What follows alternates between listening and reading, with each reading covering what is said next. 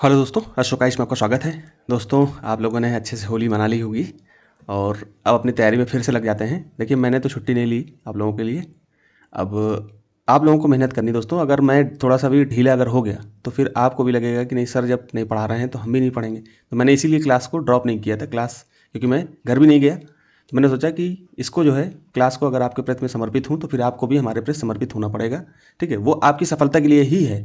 खैर, आज जो है डे 36 है, इसको करते हैं। तो इसमें मैं कुछ टॉपिक्स आपको बताऊंगा, तो आपको अच्छे से करनी है। इसमें हम लोग सी सेट में आपको पाइप सिस्टम करना है और कॉम्प्रिहेंशन आपको करना है। तो 5 कॉम्प्रिहेंशन की प्रैक्टिस आपको करनी है।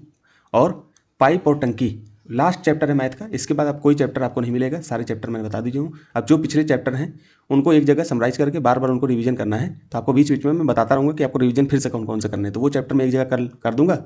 इसके बाद सारे चैप्टर एक साथ लगा करके आपको डेली बताऊंगा कि ये चैप्टर पढ़ना है, ये चैप्टर पढ़ना है, ये चैप्टर पढ़ना है। ठीक है, तो इतना ही करना है आपको। तो एक जगह मैंने सारी कुछ कर दिया है, अब आपको परेशान होने की जरूरत नहीं।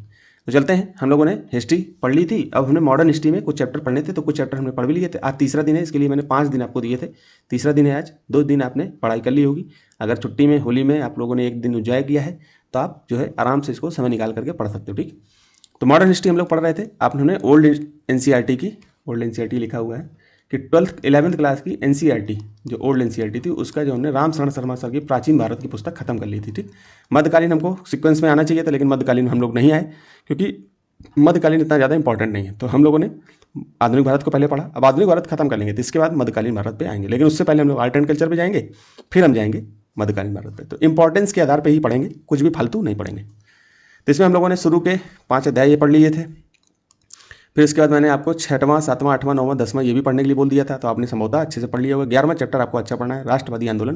दोस्तों, यहाँ से सवाल बनते हैं। ठीक है, ये 6वें नंबर से लेकर के जितने भी चैप्टर यहाँ तक दिए हैं, यहाँ से सवाल बार बार बनते हैं। तो 12वें नंबर चैप्टर है स्वराज के संघर्ष के लिए पहला और स्वराज के संघर्ष के लिए दूसरा। ठीक है, तो ये सब आपको अच्छे से पढ़ना है।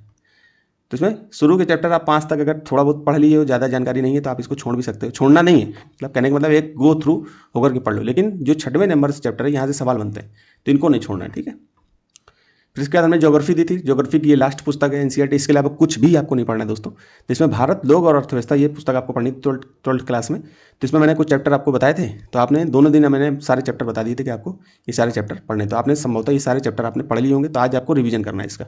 ठीक है, 9 अध्याय तक रिवीजन करना है। इसके बाद अगर आपको लग रहा है तो प्रवास, ये 2023-24 में जब एनसीईआरटी का पैटर्न उन्होंने चेंज किया, तो ये पुरानी पुस्तक हमने, मेरे पास 2016 की थी, 15-16 की, तो उस समय की पुस्तक मैं आपको दिखा रहा था। तो वहाँ पर प्रवास, प्रकार और परिणाम, ये दूसरा चैप्टर है। ठीक है, और तीसरे चैप्टर में मानव विकास, ये 2 चैप्टर उसमें पहले थे। इस बार ये चैप्टर हटा दिए गए, आप देख लो। मानव बस्तियाँ यहाँ पर डाल दिए, मानव बस्तियाँ उसमें भी थी, इसमें भी हैं, लेकिन बीच में 2 चैप्टर और थे, उनको हटा दिया। 2 चैप्टर हमने अलग से दिए। अगर चाहो तो पीडीएफ इसकी डाउनलोड करके पढ़ सकते हो। दिक्कत हो तो मुझे मैसेज करना। ठीक है, आपको मैंने ईमेल दे रखा है, आप फेसबुक में, इंस्टा में, कहीं पर भी मैसेज करना, तो मैं इसका पीडीएफ बना करके आपको सेंड भी कर दूंगा। ठीक है, लेकिन आप लोग मैसेज नहीं करते हो तो थोड़ा सा लगता है, लेकिन आप मेहनत करोगे दोस्तों तो इस तरह से आपका पूरा कोर्स ही कंप्लीट हो जाएगा। और इसके अलावा कुछ नहीं पढ़ना। तो कल इसको पढ़ करके इसका रिवीजन करना है आपको बढ़िया से। रिवीजन दोस्तों बार बार करते रहना। अब एक एक दिन रिवीजन के लिए भी बताता रहूँगा, हालांकि बताता ही रहता हूँ। इतना आप कर लीजिए, आपका आराम से सिलेक्शन हो जाएगा। ठीक है दोस्तों, तो फिर अच्छे से पढ़ाई करिए दोस्तों, बहुत कम दिन बचे हुए हैं। ठीक, और टेस्ट वगैरह जो आप लगा रहे हैं तो लगाते रहिए। एमसीक्यू की प्रैक्टिस जरूर करते रहिए। ठीक है, पीवाईक्यू तो आपको देखना ही देखना है। तो हमारा एक प्रोग्राम चल रहा है डिटेल एनालिसिस 2012 का, जिसमें हम 2011 का पेपर करा दिया है, 2012 के भी कुछ पेपर करा दिए हैं। ठीक है, इस तरह से 2025 तक का हम पूरा करा दिया। इसमें पूरा डिटेल, एक एक क्वेश्चन का पोस्टमार्टम कर रहे हैं। एक एक क्वेश्चन, अगर कोई क्वेश्चन दिया तो उसका एक एक क्वेश्चन का पोस्टमार्टम हो रहा है। तो इससे कोई भी प्रश्न बनेगा तो आपको पता होगा कि यूपीएससी, अब मैंने तो भाई 1979 से प्रश्नों को देखा है 2025 तक के सारे। ठीक है, तो मैं एक क्वेश्चन को देख करके बता देता हूँ कि ये प्रश्न का जो, क्योंकि 1979 से देख रहा हूँ कि यूपीएससी कहीं पर किसी प्रश्न के ऑप्शन में कोई चीज़ रखी। मान लो ये प्रश्न पूछा, मान लो ये प्रश्न है। ठीक है, कि 1857 विद्रोह के संबंध में निम्नलिखित कथनों पर विचार कीजिए। ठीक है, तो कूट दे दिया कि फलाने संदर्भ में थे, दूसरा इस कारण से हुआ, तीसरा इस कारण से हुआ। तो अगली बार क्या करेगा, अब ये 3 कारण दिए, इसके बाद कूट देगा, 1 2 सही, 2 3 सही, 3 4 सही, इस तरह से। तो मान लो हो सकता है कि दूसरे वाले कथन से उठा करके कोई प्रश्न फिर से बना दे। तो ये हमेशा यूपीएससी करता रहा है। तो उसको भी हमने यहाँ पर डिटेल एनालिसिस में ध्यान रखा है कि पढ़ते समय कि एक एक ऑप्शन को अच्छे से हो, कि अगली बार अगर ये ऑप्शन को रख करके क्वेश्चन बनाए तो आप आराम से कर लो।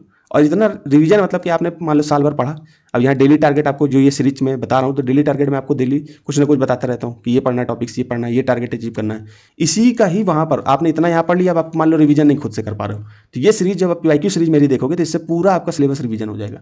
तो पेपर से पहले आपको भटकने की, इधर उधर अपने शॉर्ट नोट्स बनाने की जरूरत नहीं पड़ेगी। ठीक, पीटी के लिए आपको यहीं से काम कर जाएगा। ठीक है, और इसकी पीडीएफ मैं आपको उपलब्ध करा दूंगा। बाकी अपने स्तर से आप पीवाईक्यू और सीसाइड की प्रैक्टिस करते रहिए। एमसीक्यू की प्रैक्टिस आप किसी कोचिंग संस्थान का एमसीक्यू कर रहे हो तो उसको भी कर सकते हो। ठीक है, तो ये आपको करना है, तो इतना ही करना है दोस्तों, यही तक रखते हैं। धन्यवाद।